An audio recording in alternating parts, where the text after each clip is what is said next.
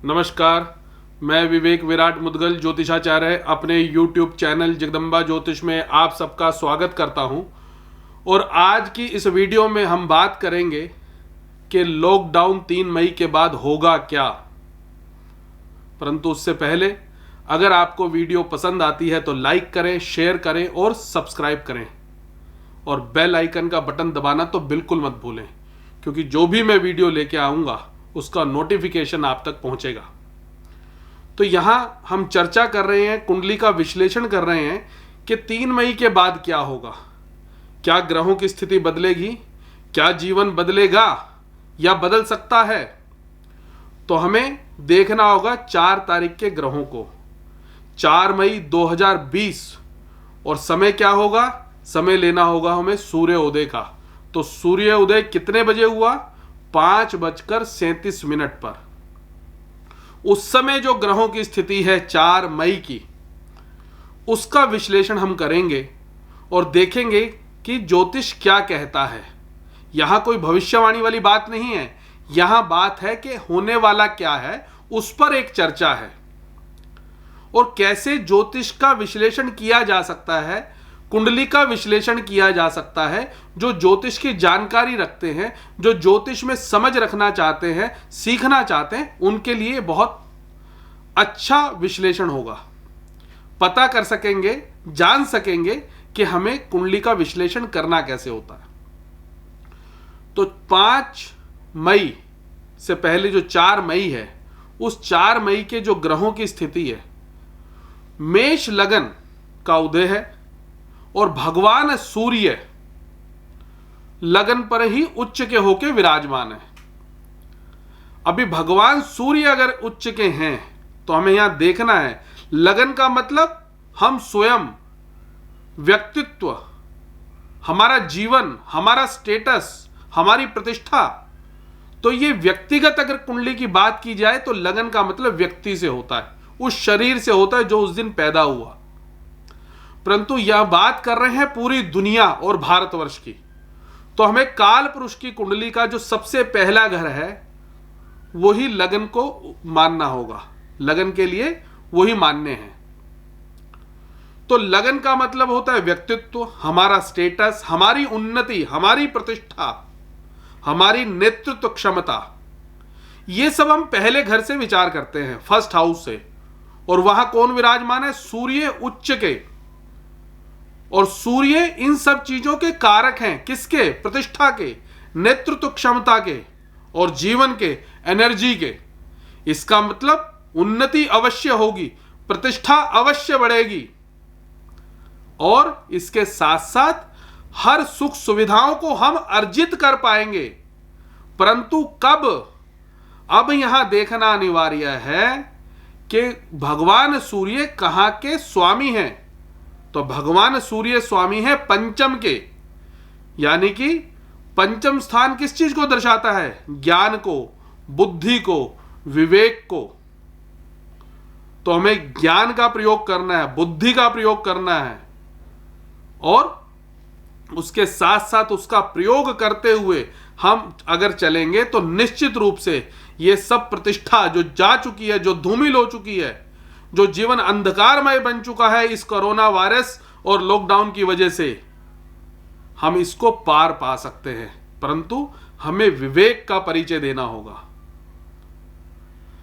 अब बात यह आती है कि इसका फल मिलेगा कब। तो उसके लिए देखना होता है दशा, अंतरदशा और प्रत्यंतर दशा को। तो इस समय पे दशा किसकी चल रही है, दशा चल रही है सूर्य की। सूर्य में गुरु की अंतरदशा है और गुरु में शनि की प्रत्यंतर दशा है।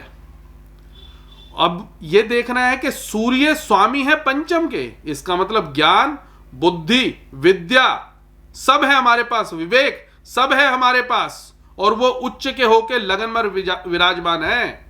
तो इन सब का अगर हम परिचय देंगे तो निश्चित रूप से हम प्रतिष्ठा, हम उन्नति पा सकेंगे, नेतृत्व पा सकेंगे और नए जीवन का प्रारंभ कर सकेंगे। ये तो है दशा का फल। दशा से अधिक फल अंतरदशा का कहा गया है। अब अंतरदशा किसकी है, गुरु महाराज की, और गुरु कौन है? गुरु है ज्ञान के प्रतीक। गुरु बैठे कहां है वर्तमान समय में? मकर राशि में नीच के होके, वो भी शनि और मंगल के साथ। तो यानी कि अगर हमने नीचपन दिखाया, नीचता दिखाई, तो निश्चित रूप से भोगना पड़ेगा। परंतु क्योंकि गुरु ज्ञान के प्रतीक है, विद्या बुद्धि के प्रतीक है और धर्म के प्रतीक हैं, सेवा भाव के प्रतीक हैं, कारक हैं, तो सेवा करते हुए, धर्म का परिचय देते हुए, धर्म के रास्ते पर चलते हुए और विद्या और बुद्धि का प्रयोग किया तो निश्चित रूप से हमें उन्नति मिलेगी, क्योंकि गुरु धन के भी कारक हैं, तो धन की प्राप्ति होगी। तो सूर्य की महादशा और गुरु की अंतरदशा।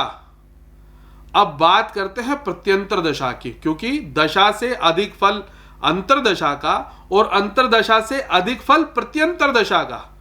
अब प्रत्यंतर दशा किसकी है? 11 जून 2020 तक शनि महाराज की। अभी शनि कहां विराजमान है? शनि विराजमान है दशम स्थान में मंगल और गुरु के साथ। और शनि किस चीज के कारक हैं? शनि क्या दर्शाते हैं, इसका विश्लेषण करना होगा। तो शनि है सेवा के कारक, शनि है गरीबों के कारक, परंतु उसके साथ साथ आयु के कारक, रोग के कारक, दुख के कारक, विपत्ति के कारक, कष्ट के कारक और साथ में परिश्रम के कारक और इसके साथ साथ धैर्य के कारक।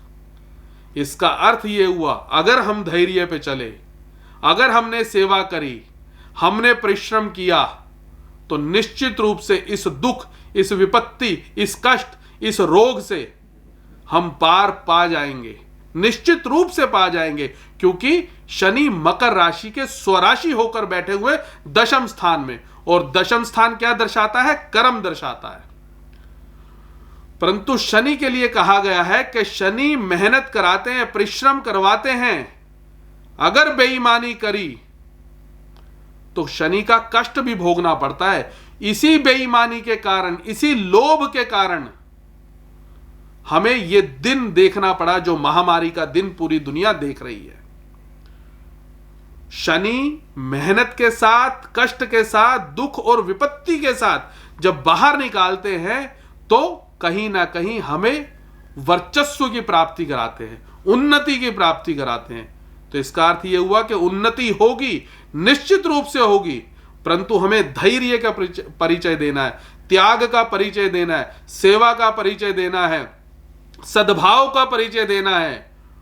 और सबसे बड़ी बात, हमें अपने घरों में रहना है, हमें घर से बाहर नहीं निकलना है। अगर इन सब बातों का ध्यान रखेंगे तो निश्चित रूप से आने वाले समय को हम जीत पाएंगे, यानी कि कोरोना वायरस के ऊपर हमारी जीत होगी। और इसी प्रकार मंगल 5 तारीख को बदल रहे हैं, यानी कि मंगल मकर राशि से निकल के कुंभ राशि में प्रवेश कर रहे हैं। अभी मंगल किस चीज के कारक हैं? उत्तेजना के, आक्रोश के, शक्ति के, बल के। और वो शनि के साथ आ गए थे उच्च के होके, तो जनता में आक्रोश उत्पन्न हो गया था। मंगल अग्नि के कारक हैं, आतंकवाद के कारक हैं, क्रोध के कारक हैं, तो जनता में क्रोध उत्पन्न हुआ। अब इन सब चीजों में कमी आनी प्रारंभ होगी, परंतु पूरी तरह से नहीं, क्योंकि शनि और राहु का अभी षडाष्टक बना हुआ है। उस षडाष्टक दोष की वजह से अभी यह दिन देखना है, परंतु धैर्य का परिचय देना पड़ेगा, साहस का परिचय देना पड़ेगा, शक्ति का परिचय देना पड़ेगा, आत्मविश्वास का परिचय देना पड़ेगा, सेवा भाव रखनी पड़ेगी, गरीबों की सेवा करनी पड़ेगी। जितना हमारे पास है उससे अधिक बढ़कर करनी पड़ेगी, तो निश्चित रूप से आने वाला समय उन्नति कारक होगा, अन्यथा कष्ट कारक होगा। तो कुंडली का विश्लेषण करते हुए इन सब बातों का ध्यान रखना पड़ता है, किसकी दशा है, किसकी अंतरदशा है, किसकी प्रत्यंतर दशा है। क्योंकि जो भी फल कुंडली विश्लेषण में आता है, भविष्यवाणी में आता है, वो दशा, अंतरदशा और प्रत्यंतर दशा का आता है। साथ में वो गोचर में कहां विराजमान है उसका आता है। गोचर का फल 30% रहता है और कुंडली की दशा, अंतरदशा, प्रत्यंतर दशा का फल 70% रहता है। इस प्रकार कुंडली का विश्लेषण है। नमस्कार।